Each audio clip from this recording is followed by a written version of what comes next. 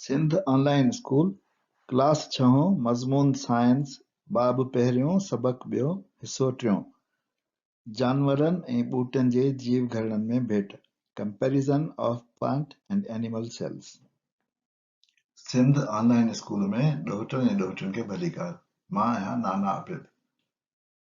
हिन सबक में असां जीव घर जे बारे में वधीक मालूमात हासिल कंदासीं। ही इन सबक जो टियों हिसो आहे। असां ॿिए हिसे में जानवरनि जे ऐं ॿूटनि जे जीव घर जो मुशाहिदो कयो हो। असांखे ख़बर आहे त जानवरनि जो जीव घर जी चौधारी सेल मेम्ब्रेन हूंदो आहे। इन में अंदरि साइटोप्लाज़्म हूंदो आहे जेको जेलीअ जहिड़ी शइ हूंदी आहे ऐं इन में मर्कज़ या न्यूक्लियस, खाल, माइटोकॉन्ड्रिया ऐं ॿियूं शयूं ॿुधल हूंदियूं आहिनि। ॿूटे जे आम जीव घरड़े में चौधारी हिफ़ाज़ती पर्दो या सेल वॉल हूंदो आहे जंहिंजे अंदरि सेल मेम्ब्रेन हूंदो आहे। इन में बि साइटोप्लाज़्म हूंदो आहे सॼो भरियल। मर्कज़ या न्यूक्लियस हिन में बि हूंदो आहे जेको सॼे जीव घरड़े खे कंट्रोल कंदो आहे। माइटोकॉन्ड्रिया जेको तवानाई पैदा कंदो आहे उहो बि हिन में हूंदो आहे। हिन में बि खाल हूंदो आहे जीअं जानवरनि जे जीव घरड़े में हूंदो आहे ऐं हिन में क्लोरोप्लास्ट बि हूंदो आहे। हिन तस्वीर में तव्हां ॾिसी सघो था त ॿूटे जो जीव घरड़ो जंहिंमें अमल थियनि पिया था उहो कीअं हूंदो आहे। सावा जेके दाणा नज़र अचनि पिया तव्हांखे इहे क्लोरोप्लास्ट आहिनि ऐं हीउ जेको आहे जानवरनि जो या हैवानियात जो जीव घरड़ो आहे। इन में अमल थियनि पिया था। ॿूटनि जे जीव घरड़े में तव्हां ॾिसंदो त भित जेका आहे सेल वॉल उहा साॻी जाइ ते आहे, उनजी शिकिल बदिलिजे कोन पई थिए, पर जानवर जे जीव घरड़े जी शिकिल जेका आहे सेल वॉल कोन्हे, सेल मेम्ब्रेन अथसि, हुनजे करे शिकिल मटिजे पई थी। जेकॾहिं असां इन जी तस्वीर खे गॾु करे ॾिसूं, जेका असां हिकिड़ी आसान तस्वीर ठाही आहे, ही ॿूटे जो जीव घरड़ो आहे ऐं ही जानवर जो जीव घरड़ो आहे। ॿूटे जे जीव घरड़े में हिकिड़ी पकी भित आहे जेका हिन घरड़े में कोन्हे। घरड़े जो पर्दो या सेल मेम्ब्रेन ॿिन्ही में मौजूदु आहे, ॿूटे में बि आहे ऐं जानवर में बि आहे। साइटोप्लाज़्म जेको अंदरि शइ भरियल आहे उहा ॿिन्ही में मौजूदु आहे।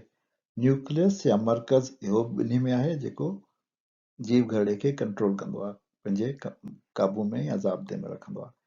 माइटोकॉन्ड्रिया जेके तवानाई पैदा करण वारा हिस्सा हूंदा आहिनि उहे ॿिन्ही में हूंदा आहिनि। जानवरनि जे जीव घरड़े में खाल नंढड़ा हूंदा आहिनि, पर ॿूटे जे जीव घरड़े में खाल वॾो हूंदो आहे। ॿूटे जे जीव घरड़े में हिफ़ाज़ती पर्दो बि हूंदो आहे ऐं ॿूटे जे जीव घरड़े में सन्हड़ा सावा दाणा या क्लोरोप्लास्ट बि मौजूदु हूंदा आहिनि। जेकॾहिं ॿिन्ही जे बनावट जो मुक़ाबिलो कजे त घरड़े जी बनावट जा ही हिस्सा आहिनि। ही असां लिखियो आहे त ॿूटे वारो घरड़ो आहे ऐं ही असां लिखियो आहे उनजी ख़ासियतूं जेके जानवर वारे घरड़े आहिनि।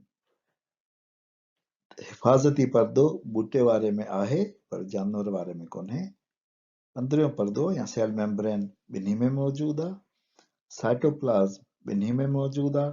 मर्कज़ या न्यूक्लियस ॿिन्ही में मौजूदु आहे। खाल ॿूटे वारे घरड़े में हिकिड़ो आहे पर वॾो आहे। जानवर वारे घरड़े में घणा आहिनि ऐं नंढा आहिनि। माइटोकॉन्ड्रिया ॿिन्ही में मौजूदु आहे ऐं क्लोरोप्लास्ट ॿूटे में मौजूदु आहे पर जानवर वारे घरड़े में कोन्हे।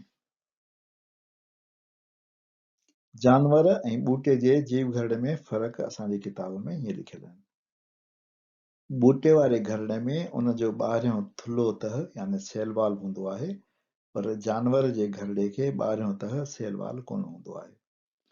ॿूटनि जे घरड़नि में क्लोरोप्लास्ट हूंदो आहे पर जानवरनि जे घरड़नि में कोन हूंदो आहे। ॿूटनि जे घरड़नि जी शिकिल घणो करे मुस्तक़िल ऐं मुस्तहकम हूंदी आहे, छाकाणि त उन जो ॿाहिरियों तह काफ़ी सख़्तु हूंदो आहे। जानवरनि जे घरड़े जी शिकिल गोल या बेतरतीब हूंदी आहे, छाकाणि त उन जे ॿाहिरियां को बि सख़्तु तह या सेल वॉल कोन हूंदो आहे। ॿूटे जे घरड़नि में वैक्यूल या खाल तमामु वॾो हूंदो आहे, पर जानवरनि जे घरड़नि में उहे खाल तमामु नंढड़ा हूंदा आहिनि।